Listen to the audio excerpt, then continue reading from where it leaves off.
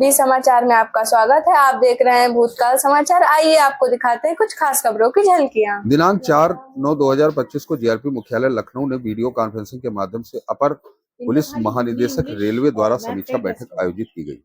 बैठक में आगामी पेट परीक्षा के सकुशल आयोजन, रेलवे में अपराध नियंत्रण तथा पत्थरबाजी की घटनाओं पर प्रभावी अंकुश लगाने हेतु विस्तृत चर्चा की गई तथा आवश्यकता अनुसार दिशा निर्देश दिए गए। एबीपी कार्यकर्ताओं का गांधी प्रतिमा पर प्रदर्शन, रामस्वरूप कॉलेज के खिलाफ धरने पर बैठे लाठीचार्ज की जांच की मांग कर रहे कार्यकर्ता ओपी राजभर के आवास पर कर रहे मांग। छात्रों ने गौतमपल्ली आवास के बाहर प्रदर्शन कर फूंका पुतला। प्रदर्शन के दौरान एबीवीपी छात्र ओम प्रकाश के बयान को लेकर हुए उग्र। हजरतगंज इंस्पेक्टर विक्रम सिंह ने मौके पर पहुंचकर छात्रों को कराया शांत। अरुण राजभर ने सोशल मीडिया के माध्यम से बताया कि ओम प्रकाश राजभर के आवास पर एबीवीपी के छात्रों द्वारा प्रदर्शन करने को लेकर कहा कि आवास पर कुछ अराजक तत्व पत्थर फेंक रहे हैं और ओम प्रकाश राजभर को गाली गलौज कर रहे हैं। अति पिछड़े वर्ग के नेता के साथ इस तरह का व्यवहार करना ठीक नहीं, गुंडागर्दी है। प्रशासन ऐसे लोगों के खिलाफ कठोर कार्रवाई करे। थाना वजीरगंज क्षेत्र के अंतर्गत फर्जी आईएएस की गिरफ्तारी के संबंध में पुलिस उपायुक्त अपराध द्वारा दी गई जानकारी।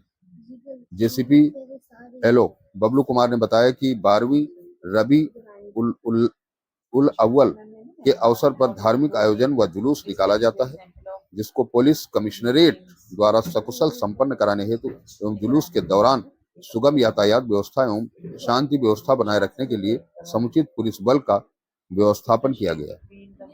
इस्लामिक सेंटर ऑफ इंडिया ने रबीउल अव्वल एडवाइजरी जारी की। कांग्रेस की प्रियंका गांधी ने कहा कि जैसे तेरे नाम फिल्म में सलमान खान शुरू से अंत तक रोते रहते हैं, मोदी जी भी हमेशा रोते रहते हैं। भारत के प्रधानमंत्री नरेंद्र मोदी ने कहा, कल रात में जापान और चीन की यात्रा के बाद वापस लौटा। बीजेपी विधायक केतकी सिंह ने लखनऊ में अपने आवास पर सपा के प्रदर्शन पर कहा कि सपा के गुंडे मुझे डरा नहीं सकते।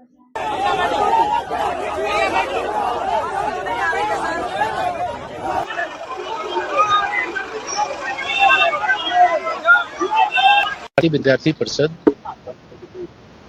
एक बहुत संस्कारित, अनुशासित, जिम्मेदार छात्र संगठन है और इस संगठन के जो कार्यकर्ता हैं वो संस्कारित भी हैं और अपनी जिम्मेदारी को समझते हैं। जिन लोगों ने भी कोई भी शैक्षिक गतिविधि जो बिना अनुमति के, बिना आदेश के अगर उन्होंने कोई प्रवेश लिया था और छात्र संगठन के नाते अगर उनको जानकारी मिली थी तो विरोध उनका कर्तव्य भी है और उसका उन्होंने निर्वहन किया। तो मेरी जानकारी में आया है कि पुलिस की कार्रवाई वहां पर बहुत ही गैर जिम्मेदाराना थी, बर्बर थी और जो भी दोषी हैं उनके खिलाफ कार्रवाई करेंगे और जितने भी कार्यकर्ता घायल हैं उनका समुचित इलाज करके वो जल्दी से जल्दी स्वस्थ हों, ऐसी कामना करते हुए हम सबको देखने के लिए आए हैं।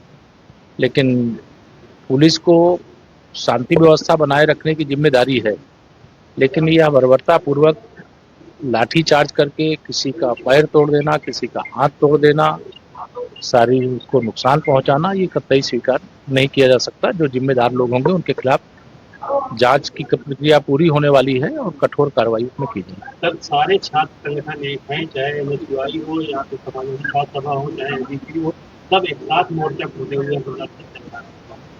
देखिए, छात्र हैं और छात्रों का ये छात्र हित में, शिक्षा के क्षेत्र में जब कहीं कोई कमी आती है, कोई शिकायत आती है तो एक नहीं अनेक आंदोलन आज नहीं पहले भी करते रहे हैं, लेकिन इस प्रकार का व्यवहार नहीं होता था। लेकिन जिसने भी इस प्रकार से निशाना बनाया है, हमारे अखिल भारतीय विद्यार्थी परिषद के छात्रों को, हमारे उसमें संगठन मंत्री थे, हमारी जो छात्राएं थी वह भी थी और उनको मैं अभी देखा हूँ, वो बुरी तरह से घायल हैं, उनको काफ़ी चोटें हैं, उनका इलाज भी होगा। जो दोषी होंगे उनके खिलाफ कार्रवाई भी होगी और जो समर्थन कर रहे हैं वो, मैं उस पर कोई प्रतिक्रिया नहीं देना चाहता हूँ, वो राजनीति करने की कोशिश कर रहे होंगे। लेकिन अखिल भारतीय विद्यार्थी परिषद एक बहुत ही संस्कारित छात्र संगठन है, वो अपनी जिम्मेदारी को समझता है, वो अपनी जिम्मेदारी ठीक ढंग से पूरा कर रहा था। इसमें पूरी तरह से पुलिस की कार्रवाई जो है वो गैर जिम्मेदाराना है, गलत है, उस पर कार्रवाई जांच के बाद करेंगे। वजीरगंज थाना प्रभारी चेकिंग के दौरान एक गाड़ी को रोका जिसमें बैठे हुए व्यक्ति ने अपने को आईएएस अधिकारी बताते हुए उन्हें रौब में लेने की कोशिश की कि मेरी गाड़ी को रोकने की कोशिश मत कीजिएगा। गाड़ी के शीशा जब डाउन करने पे देखा गया कि गाड़ी में पीछे 2 लाल नीली बत्ती की लाइटें रखी हुई हैं। संदेह होने पर थाने पर लाया गया, पूछताछ किया गया। उस व्यक्ति ने अपना नाम सौरभ त्रिपाठी बताया, जो मूल निवासी मऊ जनपद का और नोएडा में तथा लखनऊ के शालीमार बिल्डिंग 1 वार्ड में रहना बताया। पूछताछ करने पर जानकारी हुआ कि ये फर्जी आईएएस बन करके लोगों को दबाव में लेने की कोशिश करता है।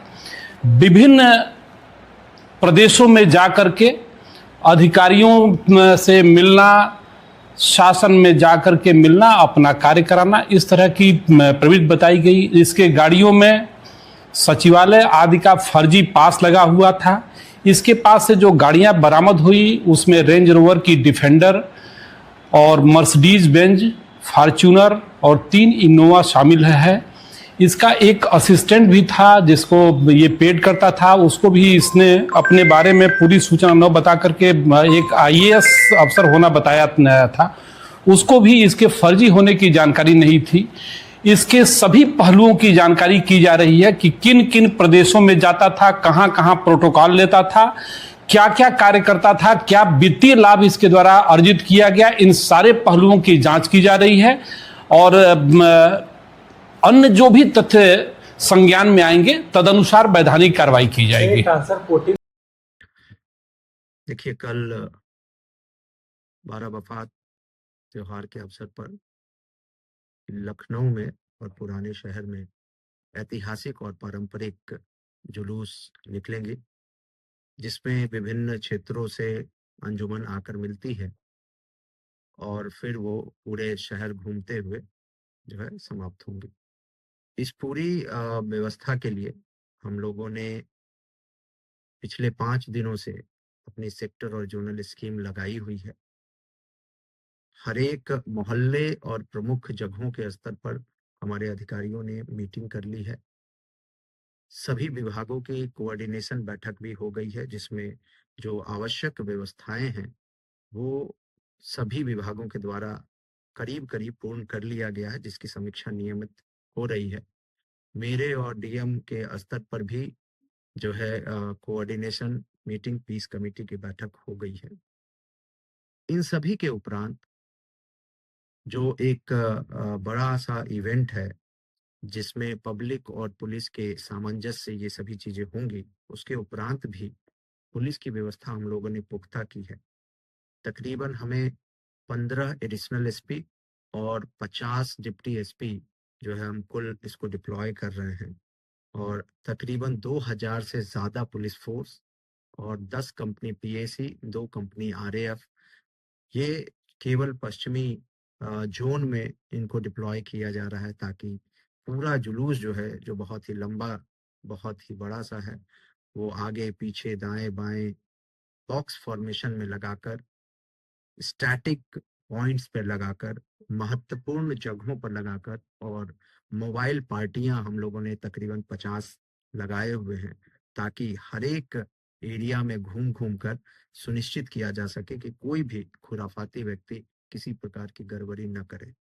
मैं इस अवसर पर सभी जनपद वासियों को बहुत बधाई भी देता हूं और ये अपेक्षा भी करता हूं कि पुलिस आपके त्योहार के लिए मुस्तैद है। अगर किसी भी प्रकार की कहीं भी आपको किसी तरह की असुविधा दिखती है, तत्काल आप संबंधित पुलिस अधिकारी को बताएं और हम लोग कोशिश करेंगे कि उसको निराकरण करें।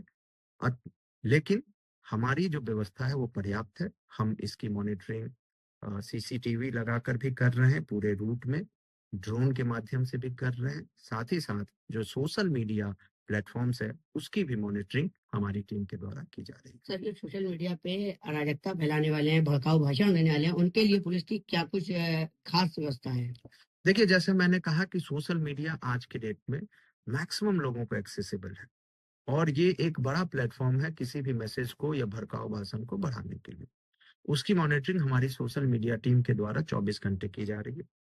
कोई भी व्यक्ति किसी भी प्रकार का जो भड़काऊ भाषण को फैलाएगा, शेयर करेगा, उसको लाइक करेगा, उसको स्प्रेड कराएगा, कठोर कार्रवाई की जाएगी। ये सभी से मैं अपील भी करूंगा कि किसी भी मैसेज को, किसी भी वीडियो को लाइक करने, शेयर करने और फॉरवर्ड करने से पहले सोचें, देखें क्या ये किसी तरह की गलत मैसेज तो नहीं हो सकती, क्या भड़काऊ तो नहीं हो सकती, और अगर आपके द्वारा ऐसा कोई मैसेज मिलता है तत्काल पुलिस को सूचना करें, लेकिन आप शेयर, लाइक या फॉरवर्ड न करें। जैसे कि आप हजरात के इल्म में है कि इस साल इंशाअल्लाह 12 रबीउल अव्वल यानी मिलादुन नबी 5 सितंबर 2025 को पूरे मुल्क में मनाया जाएगा। इस मौके पर गुज़िश्ता सालों की तरह इस साल भी इस्लामिक सेंटर ऑफ इंडिया फिरंगी महल लखनऊ ने रबीउल अव्वल एडवाइजरी जारी करके तमाम मुसलमानों से ये अपील की है कि 11 रबीउल अव्वल यानी 4 सितंबर 2025 को जो पूरे मुल्क में मुख्तलिफ हिस्सों में सीरतुन्नबी और मिलादुन्नबी की महफिलें होती हैं, उसमें बड़ी तादाद में एक डिसिप्लिन वे में शरीक हों और उलमाए कराम की तकरीरों को गौर से सुनें और उस पर अमल करने की कोशिश करें। और उसमें भी इस मौके पर भी इस बात का ख्याल रखें कि जलसों में पूरे तरीके से डिसिप्लिन का मुजाहरा हो और कहीं पर भी कोई भी मोटरसाइकिल स्टंट या इस तरीके की बेहुदा हरकतें न की जाएं। और उसी के साथ साथ 12 रबीउल अव्वल को जो मुल्क के मुख्तलिफ हिस्सों में जुलूस निकाले जाएंगे, उसमें मुकामी तौर पर उलमाए कराम की तरफ से जुलूस की मुंतजमा कमेटियों की तरफ से और एडमिनिस्ट्रेशन की तरफ से जो गाइडलाइन और जो हिदायत दी गई हैं उस पर पूरी तरीके से अमल करें, जिससे कि इस मौके पर भी सब लोग पूरे खुशी और मसरत के साथ इसको सेलिब्रेट कर सकें। और इस सिलसिले में जो लखनऊ में तारीखी जुलूस मद साहबा निकलता है, जो कि अमीनुद्दौला पार्क अमीनाबाद से निकल के और मौलीगंज, रकाबगंज, नखास और हैदरगंज होता हुआ इंशाअल्लाह ईदगाह लखनऊ पहुंचेगा। उस सिलसिले में भी तमाम अंजुमनों से अपील की गई है कि आप लोग वक्त मुकर्ररा पर जुलूस में शरीक हों और जुलूस के लिए जब आएँ तो अपने मोहल्लों से अपने झंडे और बैनर को फोल्ड करके लपेट करके लाएं और जुलूस में शामिल होने के बाद ही अपने झंडे और बैनर्स को खोला जाए और रास्ते में दुरूद शरीफ और कलमे तैयबा का एहतिमाम करें और कोई भी ऐसा नारा न लगाएं जो कि मुल्क के कानून के खिलाफ हो या जिससे किसी के भी मजहबी जज्बात या रिलीजियस सेंटिमेंट्स मजरूह होते हों। और चूंकि जुमे का दिन है लिहाजा वक्त का जरूर ख्याल रखा जाए और रास्ते में जहाँ कहीं भी जिस भी मस्जिद के करीब जुमे की नमाज का वक्त हो जाए तो उस मस्जिद में नमाज लोग अदा करें और लेकिन जुलूस ना रुकना चाहिए, बकिया लोग जुलूस में आगे बढ़ते रहें। और इसीलिए यहाँ पे जामा मस्जिद ईदगाह लखनऊ में पहली जमात जुमे की 12:45 पर है और दूसरी जमात 2:40 पर है, तो जुमे की नमाज का पूरी तरीके से पास और ख्याल रखा जाए। और इस मौके पर भी तमाम तंजीमों से गुजारिश है कि बड़े पैमाने पर सबीलों का अहतमाम करें और हमेशा की तरह इस साल भी इंशाअल्लाह जलसे के बाद, जुलूस के बाद अपने मुल्क की तामीर और तरक्की और खुशहाली और इत्तेहाद और कौमी यकजहती के लिए खुसूसी दुआएं की जाएंगी। और मोदी जी का तो आप पूछिए ही मत। मोदी जी का क्या कहना, देश के पहले ऐसे प्रधानमंत्री हैं जो परमानेंट अपनी ही पीड़ा में परेशान रहते हैं। कर्नाटका गए, बड़ी लंबी लिस्ट ले गए कि भाई मुझे इतनी गालियां दी हैं, यहाँ भी कहने लगे मुझे इतनी गालियां दी हैं, रोते ही रहते हैं। लगता है आपने वो सलमान खान की पिक्चर देखी है तेरे नाम, उसमें सलमान खान शुरू से अंत तक रोते ही रहते हैं। मैं तो कहती हूँ मोदी जी के लिए भी पिक्चर बना देते हैं, उसका नाम रखेंगे मेरे नाम। देवी और सजन, कल रात ही मैं जापान और चीन की यात्रा करके वापस लौटा हूं।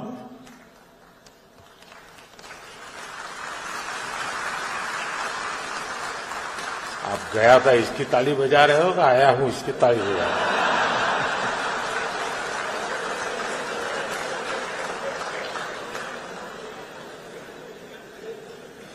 देखिए, इतनी शर्म की बात है, इतनी शर्म की बात है कि अगर चुल्लू भर पानी समाजवादियों को नहीं मिलता है तो मेरे घर से लेकर चले जाएं ये सब। राजनीति मैं करती हूँ, मैं विधायक हूँ, मैं भारतीय जनता पार्टी की कार्यकर्ता हूँ। आप जो बोलती हूँ मैं बोलती हूँ, जो करती हूँ मैं करती हूँ। अगर आपको घेराव करना ही था, आपको घेरना ही था, आपको डराना ही था तो आप मुझे डराते ना। आप मेरी वहां 16 साल की बच्ची लखनऊ में अकेले रहती है और मात्र अभी 16 साल की है, 10वीं में पढ़ती है। उसको आप घेर करके और आप क्या प्रदर्शन कर रहे थे? आप क्या मैसेज देना चाह रहे थे? आप मुझे डराने की तरह तरह से आप प्रयास कर रहे थे कि केतकी सिंह ऐसे नहीं डर रही है तो बेटी के नाम पे डर जाएगी। आप ये दिखाना चाह रहे थे क्या? आप ये कहते हैं कि हमारी सरकार आएगी तो ये करेगी वो करेगी। आज मेरी बच्ची स्कूल नहीं गई, डर के मारे 10वीं क्लास की बच्ची, एक एक दिन उसके लिए इतना कीमती है। आज वो स्कूल नहीं गई सिर्फ इनके हंगामे की वजह से। ये गुंडे ही दिखाना चाहते हैं वहां पे कि हम गुंडे हैं। आप जो बात भारतीय जनता पार्टी या हम जैसे लोग चिल्ला कर बोलते हैं कि इनके राज में, इनकी पार्टी के अंदर कोई महिला, कोई बच्ची सुरक्षित नहीं रह सकती, आज इसको इन लोगों ने चरितार्थ करके दिखाया है। ये अपना डीएनए दिखा रहे हैं। इन्होंने डीएनए अपना साबित किया है कि हमारे राज्य में, हमारे नीचे कोई बच्ची सुरक्षित नहीं हो सकती है। जब ये आ जाएंगे सरकार में तो ये तो मेरी बेटी का आप बताइए, आज जब योगी जी की सरकार है तब मेरी बेटी डर के मारे आज स्कूल से नहीं गई, कल को इनकी सरकार आ जाएगी तो मेरी बच्ची तो घर बैठ जाएगी।